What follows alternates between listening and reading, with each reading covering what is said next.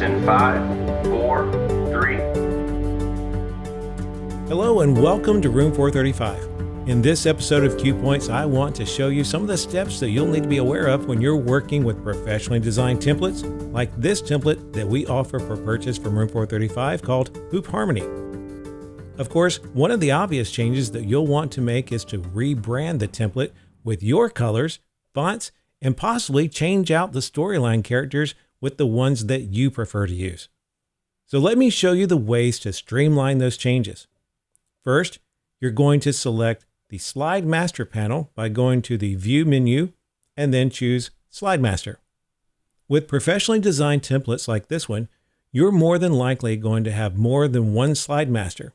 In this case, Hoop Harmony from Room 435 has multiple Slide Masters that are numbered, and this allows us to design slides that serve specific purposes.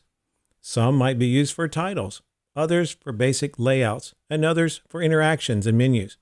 In this case, I have a total of 5 different master slides that I need to reassign the branding colors and the fonts for.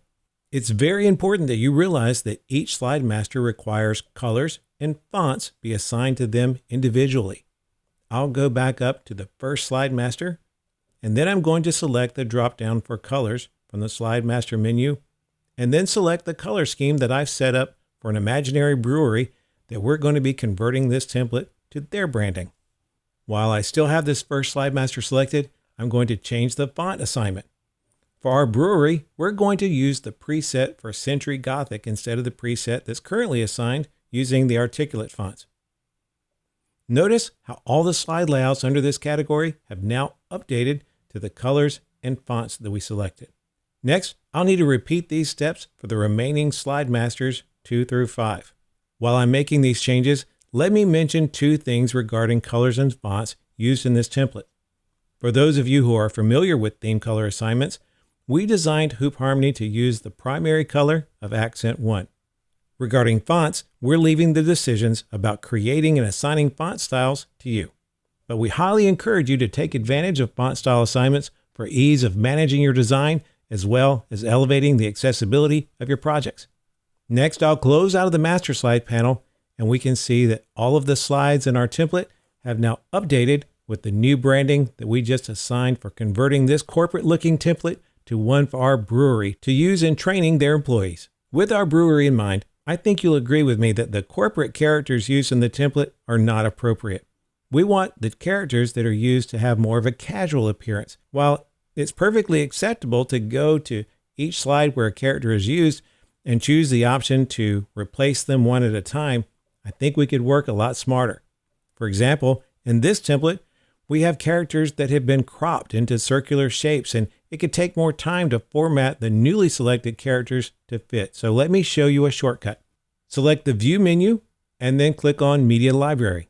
With the Media Library open, select the tab for Characters. I can see all the characters that are being used in this template. I'm going to start with the female character, Sarah, because we have another version of Sarah in more casual attire. So I'm going to click the drop down, and I see I have 2 different poses that we're working with this photographic character. I'm going to go to each one and then select a replacement that matches as close as I can to the style and pose that is being used now. With the first pose selected where Sarah is smiling with her arms down by her side, I'll go down and select the option to replace. I'll switch to photographic characters, female, casual, and I'm going to select Sarah again, but with the more casual clothing. Now go to the tab for pose. Remember, we're looking for one that closely matches Sarah smiling with her arms down by her sides.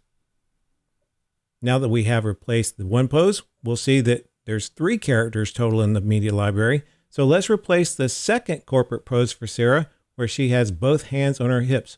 I'll go through the same process for replacing the character and continue again with photographic, female, and casual attire, and then select Sarah with her hands on her hips for a perfect match.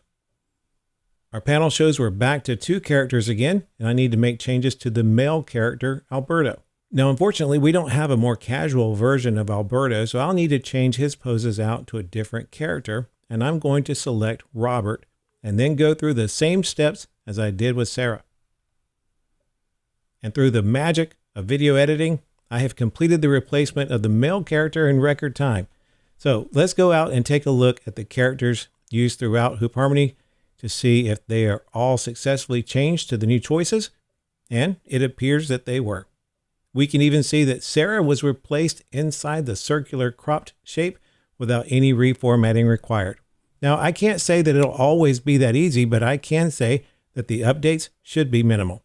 We're well on our way to easily converting this new template from Room 435 from a corporate style to one for our brewery. But we have more to do, so be sure to watch our next episode of Q Points where we'll update the corporate backgrounds with new imagery.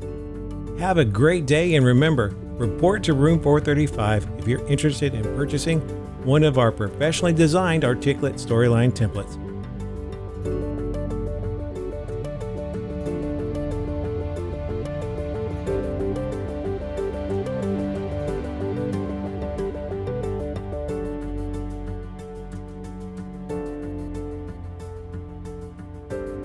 And that's a wrap, guys. Let's give a round of applause to our talent and our host. And great work, everyone.